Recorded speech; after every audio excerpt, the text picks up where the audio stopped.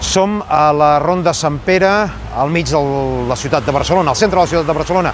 Podem veure aquí a la dreta hotels tancats, a l'esquerra també bars tancats. En definitiva, una actitud econòmica i comercial sota mínims. Però aquesta crisi la pots afrontar de dues maneres, o amb diners o sense diners. Si tens diners, te'n pots sortir, i si no tens diners, acabaràs demanant almoina. I Catalunya l'ha d'afrontar formant part d'Espanya, que està arruïnada.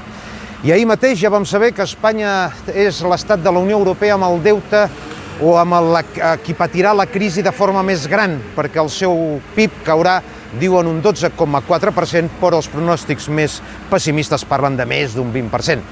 I és que, a més, per saber i per imaginar-se la magnitud del que això representa, només heu de pensar que durant la guerra del 36 al 39 el PIB va caure un 16%. Tot plegat fa que el deute serà del 130% sobre aquest mateix PIB. I la xifra més esfereïdora de totes és que Europa donarà a l'estat espanyol 140.000 milions d'euros, quan la liquiditat que necessitarà Espanya d'aquí fins a final del 2022 és de 450.000 milions d'euros. I amb això, evidentment, amb aquests 140.000 milions d'euros no hi ha ni per pagar ni els ERTEs, ni l'ingrés mínim vital, ni totes aquestes promeses que estan fent com si els diners caiguessin del cel. Espanya és un estat en fallida, no té futur i acabarà arruïnada i destruït per dins.